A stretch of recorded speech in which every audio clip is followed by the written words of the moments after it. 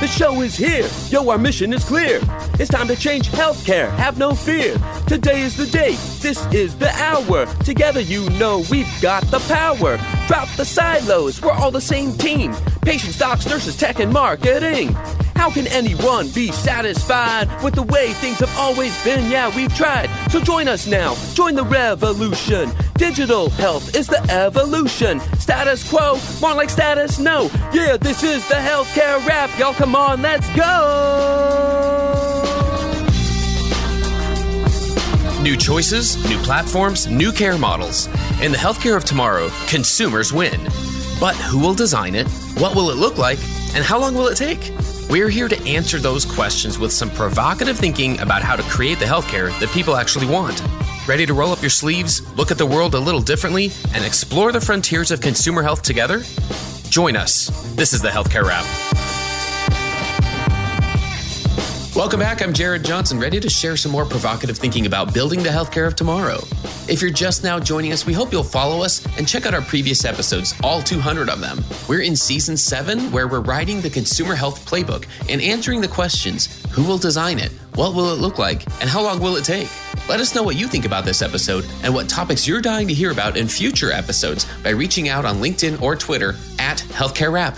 So here's what's going to go down today. We have the Flava of the week about a false dichotomy that's holding us back. Advocating for consumer choice doesn't necessarily mean that we're anti-provider. So who should we root for as more retailers enter the space? I'll talk about that. Then Somers Hogg is in the house to share some provocative thinking about improving affordability and accessibility from the consumer's view. Somers is a senior research fellow at the Clayton Christensen Institute, and she's going to dive deep into an essential strategic choice that established health systems are facing. This may seem like a time to hunker down and protect the fort. So why is now actually the time to take a risk? Let's find out. It's time to dive right in. Are you ready? Let's go.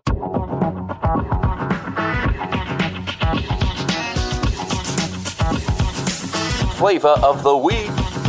If consumers win in the healthcare of tomorrow, that doesn't mean that providers have to lose. The notion of winners and losers is a false dichotomy and a premise that's holding us back. This is based on two other falsehoods that are limiting the pace of progress: the ideas of scarcity and tribalism, the twin fallacies that tell us that if you advocate for patients, you're speaking out against doctors, and vice versa. If you're for us, you must be against them. I was speaking with a colleague this week whom I know well, whose ideas about making healthcare consumer first really resonate with me. He told me that if he isn't careful with what he says and how he says it, some people can tend to think that he's anti-doctor, when in reality what he's trying to do is help everyone understand how consumers make decisions, which ultimately leads them to seek more care. My remark back to him is that I'm sure some people have listened to this podcast and wondered if I'm anti-hospital or anti-health system. So let me clear the air. I'm rooting for better healthcare for consumers. Period. I'm rooting for health system, digital, business, and marketing leaders to see the opportunities to make a better product. I'm rooting for you to avoid short-sighted decisions in the present that will affect your ability to offer something better in the future. I also believe that underestimating the impact of retailers on the healthcare market is a strategic error. I believe choosing to ignore them based on their current market positions is like record companies ignoring iTunes and Spotify, or Borders looking at Amazon, or Blockbuster ignoring everybody. That blip on the radar is going to grow. Health systems can lean into what retail brands are doing right and improve on their best parts. They don't have to blow up everything to become consumer first. Demanding faster progress and providing a path to do it doesn't mean that we're disrespecting the traditions and successes of medicine. It means we're building on them and evolving them for a world that looks a lot different than it used to. So again, let me make it clear. I'm rooting for every player that makes healthcare easier, more convenient, less scary, and less expensive. If that's a health system, great. If that's Walgreens or Best Buy or Dollar General, I'm on board. So far, the ones that I see making the most progress with this everyone can win mindset are human-centered design practitioners. They're trained in the art of using an and rather than an or. I think we all benefit when human-centered design becomes more mainstream as part of the culture of healthcare organizations. And to make that happen, we need to talk a lot more about consumer-first health. In my opinion, it shouldn't just be a chapter in the playbook. It should be the whole book. Why do I care so much? Years ago, my father-in-law passed away from a very curable form of cancer because they didn't catch it until it had metastasized. And I don't blame him. For him, seeing the doctor was too confusing, costly, inconvenient, and unhelpful. I blame a system that provides such an undesirable experience that people would rather avoid it, even at the risk of their own life. So I'm rooting for whoever gets us to a better place the fastest. The answers are staring us right in the face. It's time to root for progress, wherever it comes from, and we have to start talking about this a lot more. That's another way that we'll build the healthcare of tomorrow. And that's the Flava of the week.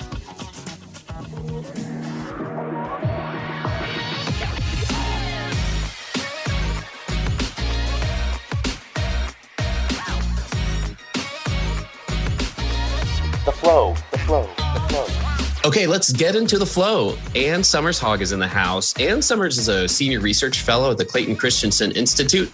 She's going to share some provocative thinking about affordability and accessibility, not necessarily just from the industry's point of view, because we've heard plenty of that. We're going to hear it from the consumer's point of view. We're going to dive deep into the benefits and challenges of disrupting ourselves today in order to better position ourselves for tomorrow. So, Ann Somers, welcome to the Healthcare Wrap. Thank you so much for having me, Jared. I'm really excited about the conversation. Oh, I'm excited too. Tell me first and foremost, what did I miss in your bio? Like, what else would you like our listeners to know about you and your background? Oh, I think you gave a pretty good overview of where I am right now. As you mentioned, I'm the Senior Research Fellow at the Clayton Christensen Institute. And for folks who don't know, we are a think tank dedicated to improving the world through disruptive innovation. We are nonprofit, nonpartisan, and we focus our research on three verticals: healthcare, which I lead, education, and global prosperity. And before joining the Institute, I did come from industry. So I spent the 8 years before joining the Institute at Atrium Health, working in innovation and strategy. Then before that, I worked in management consulting for Oliver Wyman, primarily on payer strategy and how to help payers move to value-based care strategies. So really excited about the conversation today and hopefully can pull on all different components of my background. For sure. I'm curious, particularly about being a senior research fellow. What does that role involve? That's a great question. I lead our healthcare research at the Institute. And this year, we are focusing our efforts around drivers of health, or what the industry historically refers to as social determinants of health. And we're doing a really broad brush of the landscape where we look across all different types of healthcare actors to identify the high performers who are able to address drivers of health or social determinants of health in order to really improve people's quality of life. And ideally, they're doing it in a financially sustainable way. So your listeners may be familiar with the concept of social determinants of health and know that since the passing of the ACA, there's been a lot of activity around social determinants of health or drivers of health. But as an industry, we haven't necessarily seen a lot of progress.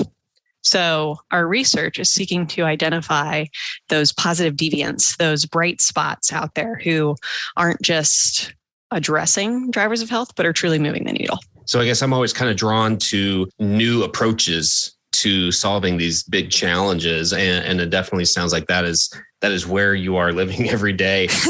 And you mentioned the term disruptive innovation. I've heard from various sides of the industry that those words, disruption and innovation, and I'd even add transformation to that. Sometimes those words can be a little intimidating, or depending on the leader of the organization, sometimes that either they're attracted to that, they're interested in that, and sometimes it scares them away. Have you seen that in terms of like a difference of how you even describe the types of changes you're trying to help them do? I believe Clay Christensen actually said after the term disruptive innovation had been around for a while that if he had the opportunity, he would have named it something different. And having lived through the experience within an incumbent healthcare organization and seeking to not only teach the tenets of disruptive innovation and innovation generally, yes, people do oftentimes find it off-putting or confusing. And in that way, I think maybe the term doesn't serve us well. However, the concept, when understood and applied, is impeccable. The power of disruptive innovation to create change cannot be overlooked. I appreciate that perspective on that. And I appreciate you letting me go there because it's just something that's recently come up as I've had other conversations with folks. What do you hear from folks in terms of what specifically is confusing or do they wish was different? So I've heard from the human-centered design side, from consultants, that their work involves very clearly disrupting your existing business model. And they have worked with incumbent health systems. In the last 6 to 12 months, they have been told, yeah, we're not really interested in that. But then when they come back to the same leaders and describe it as something else, to say like, we're trying to help you find a profitable path to address the new healthcare consumer, and they don't use the word disruption, they have had a better response. So I just found it really interesting. Yeah. And I think that goes to show the power of language. And as an incumbent, the concept of disruption can be off-putting and intimidating, quite frankly. So I think a lot of it is in how you use the language and also the framing of what the theory or methodology in terms of human-centered design, the value that it provides to the organization as a whole. Yeah, that's definitely what I've seen as well. So interesting. It was surprising when I heard that conversation because I use the terms a lot. And I use them intentionally, the terms disruption and innovation. And I think kind of related to that really is this fact when we talk about like really where do health systems need to go? Where do all healthcare organizations go from here? There are actually a couple of posts that you've put out recently that I'd love to dive into a little bit because you were talking about affordability and accessibility for healthcare. You're talking about social determinants of health, and you wrote a couple of pieces, a 2-part series. It's called To Improve Individual Lives, a top-down approach won't work. Do you want to dive into that a little bit and kind of what the premise was and what the background was behind these pieces? Definitely. And I think at a high level, it gets back to what I was saying a little bit earlier about the power of language. So in the healthcare industry, we've settled on this term social determinants of health to really refer to societal population level structures that impact people's health outcomes. But when we actually talk to patients about the difficulties that they face, we aren't even really addressing those population level structures. We're really talking to them about their risk factors as it relates to those determinants of health. And risks in and of themselves don't give us all the information that we need in order to really help people address the problems that they face in the context of their lives. So what I posit in the article is that we really need to be asking about individuals' jobs to be done. And if your listeners aren't familiar with the concept of jobs to be done, effectively, what it explains is that as consumers, we don't just decide to use products and services. We actually hire products and services in our lives to achieve progress that we are desiring. And to really understand someone's job to be done, we have to understand the context in which they exist, as well as the progress that they are seeking. And our existing healthcare system and the way that many patient-provider interactions are set up to occur, they don't really allow for this level of listening and understanding that's required to understand somebody's job to be done or the progress that they're seeking in a given situation. And if we don't really understand what people desire and the context in which they're living, we can't address the root cause of their health issues. We can't address the root cause of health inequity. We can't address the disparities that are rampant across our nation and in our health system. So really the premise of what I was arguing is we really can't take a one size fits all and think through this lens of population level structures and just ask about risk factors. What we really need to do is try to get to the level of the individual and understand the individual so that we can address their jobs to be done. Stay tuned for more provocative thinking after the break.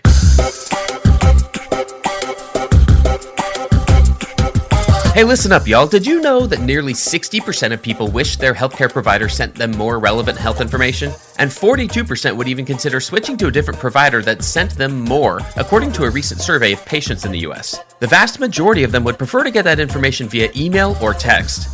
Persado is a natural language AI company that provides healthcare organizations with pre-developed, pre-optimized messaging journeys proven to build digital relationships, improve health goals, and increase patient retention. Deliver better health outcomes and revenue growth with Persado's data-driven content that inspires action. Visit persado.com to learn more. That's Persado, Persado.com, to find out how Persado can help.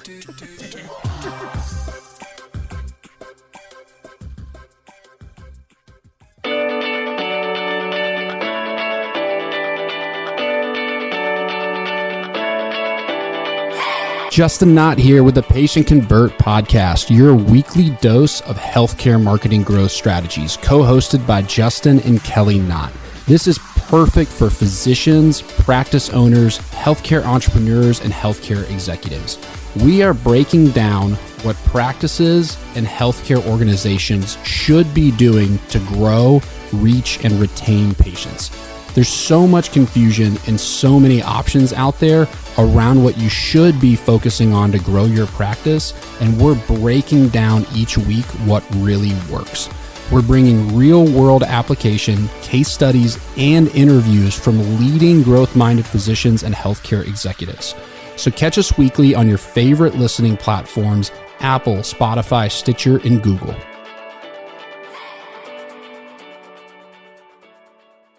Okay, back to the flow. There's so much I like about this perspective, seeing things from a different lens. In fact, you use that terminology in these posts. You talk about changing the lens to incorporate the individual's perspective. In particular, there's one phrase in the first post where you talk about changing the lens by building new business models that uncover the progress that individuals seek.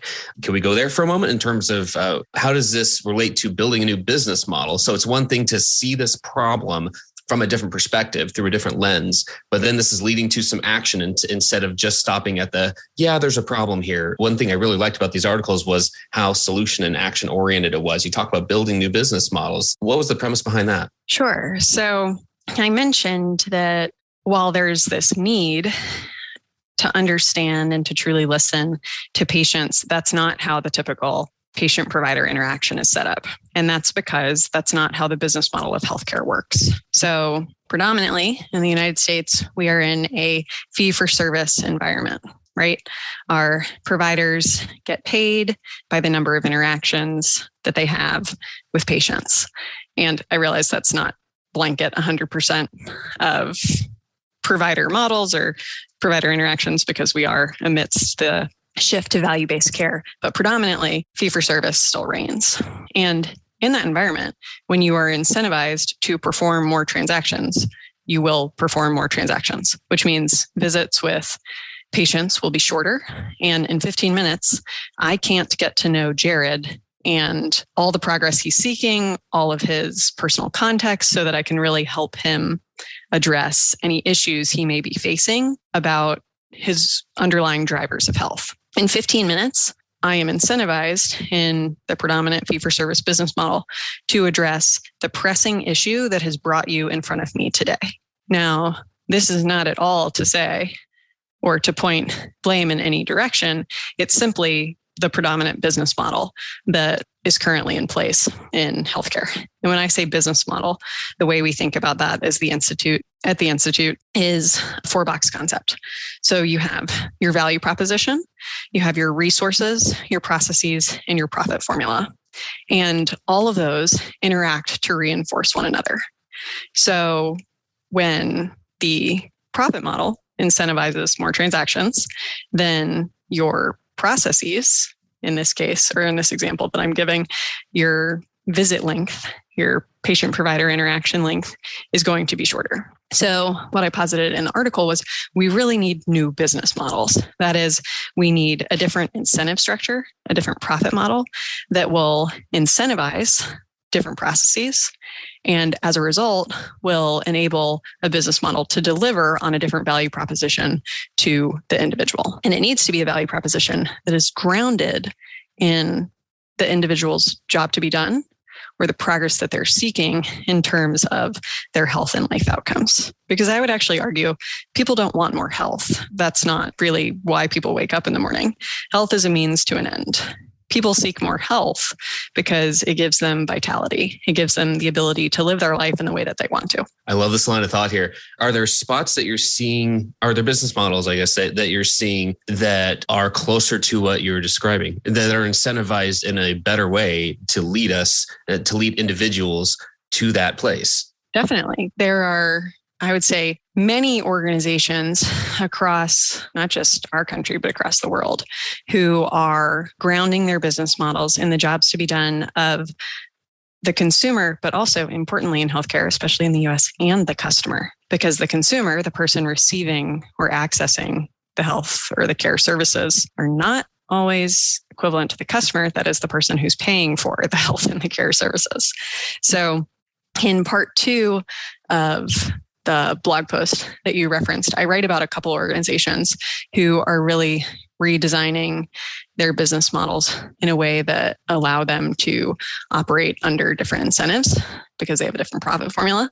And thus they're able to execute different processes and deliver a different value proposition. And while they use some of the same resources as the predominant fee-for-service business model in healthcare does, they also integrate new and different ones as well. And one organization that I highlight in that second article is Factor Health. And they have an intriguing approach for a number of reasons. But one thing I really find interesting about them is they've backed up their intervention outside of the clinic. So their interventions that address drivers of health or social determinants of health are preclinical. So they aren't seeking to address somebody once they're already within the clinic walls or the hospital walls, but they're interfacing with individuals in the fabric of their lives. You're right. It's not just healthcare. We're not just waiting till people get sick anymore and then treat them with whatever they're showing at the moment. There are opportunities to go so far upstream well before that happens. And that's what I find fascinating about this, is that when we're able to create business models that align to that fact, we're going to get to a better place as a society. What else are you hearing or researching or seeing in the industry regarding affordability and accessibility? Oh gosh, that's such a broad question. I think there are a couple different directions I could go, but one that I find increasingly interesting is the heightened emphasis that we're placing on mental and behavioral health care. And this has been needed and necessary, arguably, for decades.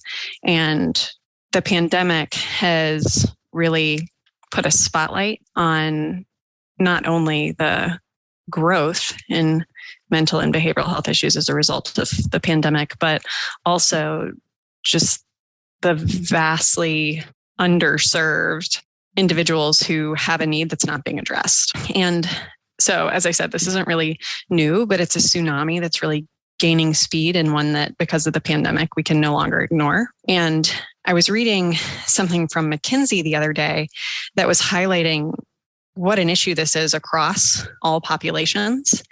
And the CEO of Boston Children's Hospital had mentioned that during the pandemic, they were treating 50 to 70 children per day for mental or behavioral health issues, which was either doubling or tripling the amount that they had seen pre-pandemic. And it's not just kids. 25% of Gen Z respondents to a McKinsey consumer study said that they feel emotionally distressed, and that was apparently 2x what Gen X and millennials reported. So this growing tsunami of either unserved or underserved demand for mental and behavioral health care is something we can no longer ignore, and something where I see a beacon of light is if you look at digital health funding over the past few years, it's grown massively. And mental health digital health solutions continue to be one of the most highly funded sectors. And even earlier this month, Lyra Health, a leading digital health solution for mental health needs, just got $235 million more dollars to expand their platform. And what I find really promising about this is there's a lot of research that shows digital health, mental health solutions are just as efficacious as in-person solutions. When there is such a shortage of behavioral health providers, when it's often not a type of care that is covered by people's insurance, seeing innovators and potentially disruptive models enter to address the unmet need and provide an affordable solution, an affordable and accessible solution, is exciting to me and something that I hope will continue to grow and continue to be a resource to people who so desperately need it and seek it. Oh, I agree. I'm seeing the same headlines, at least as far as funding goes, for some of these digital health, behavioral health apps and services. And that's very encouraging to me. I likewise recognize the need for it in our society more than ever. And I think this is just kind of the tip of the spear. Like, I think we're just starting to see the recognition of it and a flurry of activity and potential solutions that hopefully will lead ultimately to us as a society to a better place. So thanks for sharing that. One more place that I'd love to just get your opinion on before we go here, which Sure. is from another article, actually. I didn't see a date on it, but I want to say it was at least a couple of years ago. There was a quote. You were talking about the need for disruptive innovation in healthcare again, but this was from the consumer's view. And there was a quote you were talking about how well-established health systems have an essential strategic choice to make. You were talking about how they need to make it rapidly. And that sense of urgency is what drew me into this article, among other things. One part you talked about was the tendency for incumbent health systems in particular to just kind of look at things like retail health and some of these new digital health entrants and big tech, all these new players that have, quote unquote, new players. Some of them have been in healthcare for a number of years, but relatively they feel like new players because we're just hearing about them. And you're talking about this tendency of incumbent health systems, if I understood it correctly, to kind of say, sure, like we'll just kind of let you have that low end of the market. We don't see much value to that anyway. But this kind of goes counter to Clayton Christensen's innovator's dilemma, which is where incumbents cede that lower end of the market to new entrants, but then in turn, that's who becomes disruptors, and that has profound effects on the market. So first and foremost, do I understand that correctly? And second off, are you still seeing that in terms of like, that's what health systems are tending to do still right now? Yes, great question. So yes, that was from a few years ago. I believe I wrote it back in 2018. So it was pre-pandemic. And yes, what I was saying was, health systems do have this essential strategic choice to make in that, do they fall prey to the innovator's dilemma and cede the low end of the market to these potential disruptors fleeing up market? That's what Clay Christensen would predict. But what I was arguing was they should not do that. It was a critical juncture, in fact, not to cede the low end of the market to new entrants.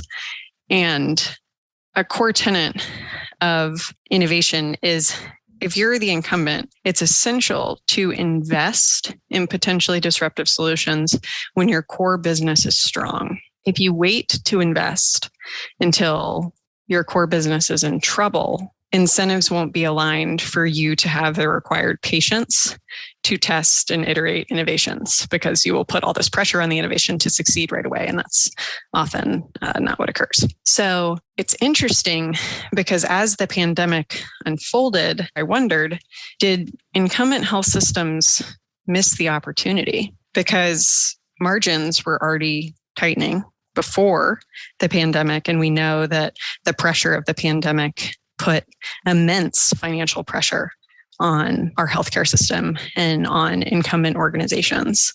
So the cash they may have had on hand to invest in innovation and potentially disruptive innovations before the pandemic, they may no longer be in that position now. So while it is no less essential now than it was before, I do worry if it is even more or less likely that they will do that. I think it's kind of the question we're all looking to see how it plays out over the next 12 to 24 months. Ann Somers, it's been such a pleasure to have you join us today. Before we go, what's the best way for listeners to connect with you? So there are a couple ways. As you mentioned, we do share blogs, so they can find those at christenseninstitute.org. You can also follow me on Twitter at Ann Somers, WH. And then also, I would say perhaps the best way is to subscribe to our newsletter. So monthly, we send out a healthcare newsletter that highlights what we're writing and what we're reading. And listeners can subscribe to that on our website. Fantastic. Thanks again. Stay safe, and then best of luck with everything you're doing to help make healthcare consumer first. Thanks for giving us so much to think about today. Thanks so much, Jared. This was fun. Hey, thanks again for listening. We hope you found some value in this conversation. And if you did, do us a favor and follow us using your favorite podcast app. Then tell your friends and colleagues about us. If you like what you heard, please spread the word. Healthcare App is a member of the Shift.Health Content Network. If you enjoyed this podcast, you're going to love the other shows in the Shift.Health Content Network. Go check out the latest show. In fact, it's called Hello Healthcare, hosted by Chris Hemphill. It's focused on people who are moving healthcare forward, how healthcare strategy relates to data and AI, and what you can do to create or demand a better future. Subscribe on your favorite podcasting platform or at Shift.Health, where all 35 podcasts and video series are free and available on demand. Until next time, keep marketing forward. Thanks. And that's a wrap.